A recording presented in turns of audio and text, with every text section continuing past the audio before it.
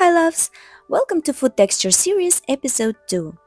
This is the series when I show you how to draw food textures, not concentrating on the shape or form, just texture.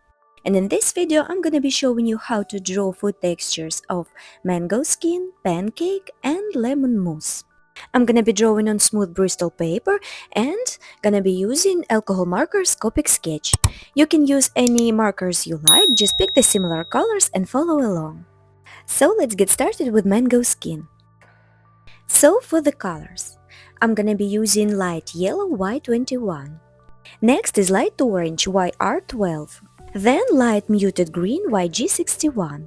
Then I'm gonna be using a row of 3 reds, light, medium and dark, but I forget to put my light red and will add it a little bit later. So for now I'm adding mid-tone red R24 and dark red R29, and there also will be R22.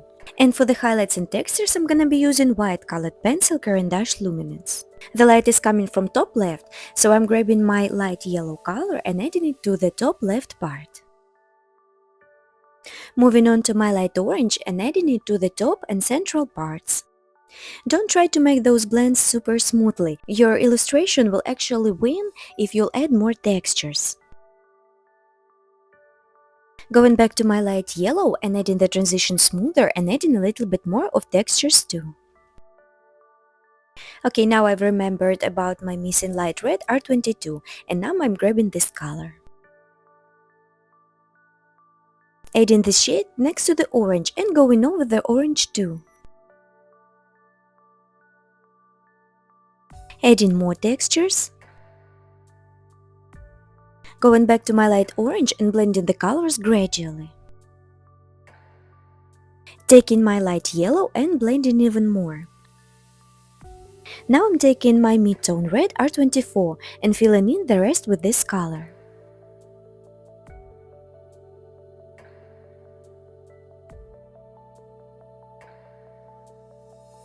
Going back to my light red and layering the colors gradually. And now I want to add a little bit of interest to the color, so I'm grabbing my light green and adding to the yellow part, and also adding some textures with this shade. And now it's time for the darkest color, so I'm taking my darkest red R29 and adding it to the right part. Making some textures. Going back to the mid-tone red and smoothing the transition.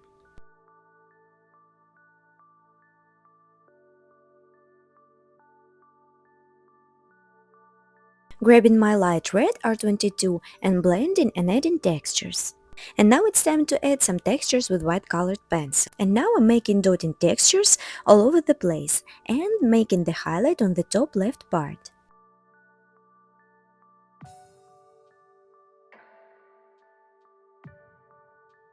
Highlighting this area just a little bit and very gentle. And now let's see how this technique can look on an actual illustration. So here I used very similar steps and very similar colors, but the color of the skin is just a little bit different, so I added more shadows and used warm grays. So mango skin texture is done, let's move on to the pancake. So for this illustration I'm gonna be using a row of sheets of one color, and these are ochre tone browns, E30's family of Copic. So the lightest color is E30, then E31 and E33. Now is mid-tone E35. And then darker E37. This is one of the best color families to draw pastry and many more, and one of my favorites. So light is gonna be coming from top left as in all illustrations. And for this texture I'm gonna be adding a base layer, so I'm grabbing my lightest ochre color E30 and going over all of the area. So there are different types of pancakes and different textures, and I've chosen the one that has a little bit more texture just to show you how you can draw this. This is the view from the top, and now I need to add a very subtle shadow, so I'm grabbing my next lightest color E31. Going back to my previous color and blending 2 shades. And now it's time to add the textures, so I'm grabbing my light mid-tone E33, adding wiggly lines near the edges and trying to vary thickness. adding textures to the center and try to variate the shapes, trying to make irregular spots, some bigger and some smaller.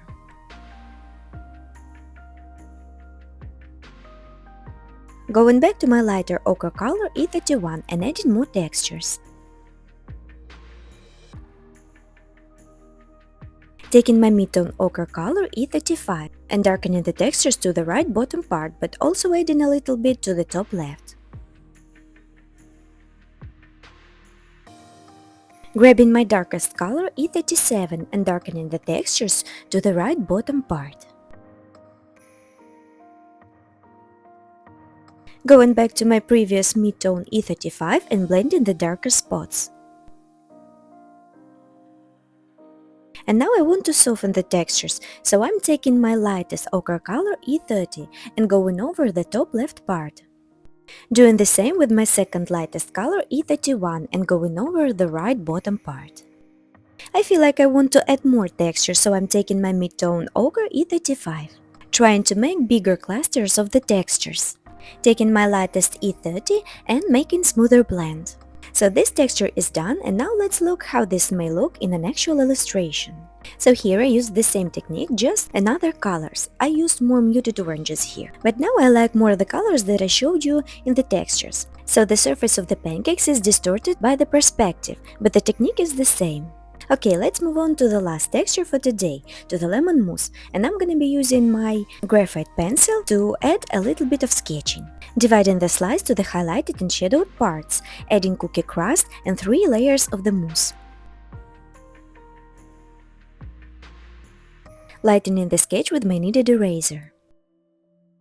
Moving on to the colors. This mousse will have 3 layers, so I'm gonna be using 3 yellows. Light yellow Y11, mid-tone yellow Y15, and dark yellow Y18. Next colors are from the same ochres we've already used. Light color E31, mid-tone E35, and dark tone E37. This is for the cookie crust.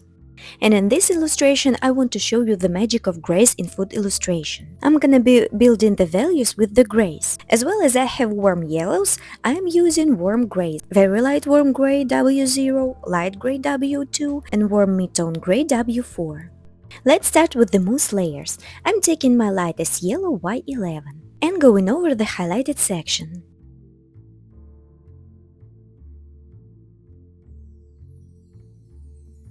Next is mid-tone yellow Y15. I'm not adding the textures just yet because I want the paper to dry.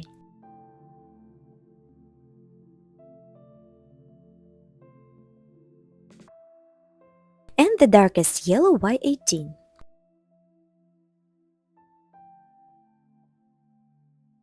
Now that the lower layers are dry, I'm grabbing the same colors and adding dots for the textures. With this mid-tone color, I'm also coming back to my lightest color and adding a few dots there too.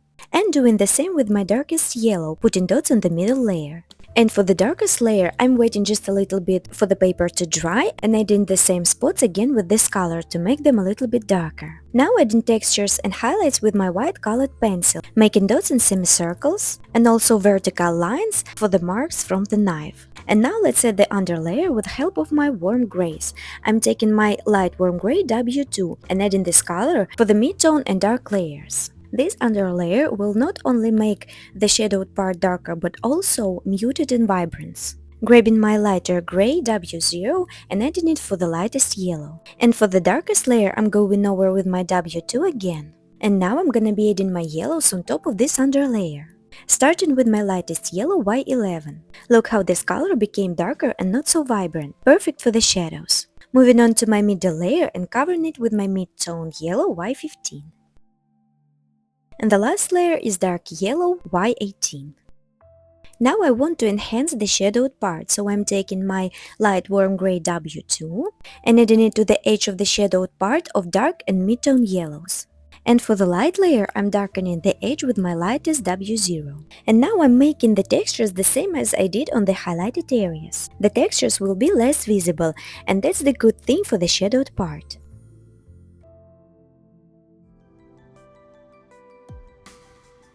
Adding a little bit more textures with my white colored pencil on the shadowed part too, but much less. And now it's time for the cookie crust. And now I'm gonna be using one color for the base layer on both highlighted and shadowed parts. And this is light beige E31.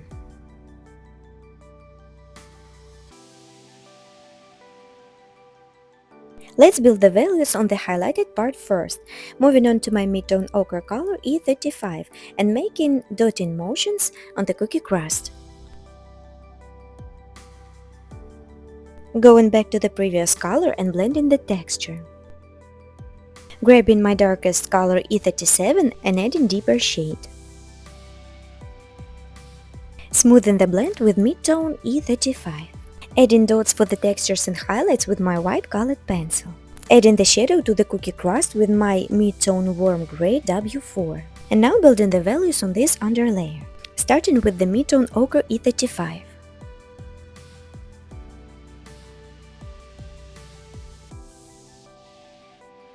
Moving on to the darker color E37 and adding it more than on the highlighted part. Adding a little bit of textures with the pencil too. Deepening the shadow with warm gray 4. Adding just a little bit of texture with dark E37. And this is how this technique can look on a real illustration. I used absolutely the same techniques for the shadowing with grays and for the mousse textures. And this is how to draw these 3 food textures: mango skin, pancake, and lemon mousse. If you would like to learn more from me, I am offering real-time video tutorials as well as easy-to-follow step-by-step photo guides on my Patreon page. The link is in the description box. Thank you so much for watching, and I'll see you in the next video. Bye for now!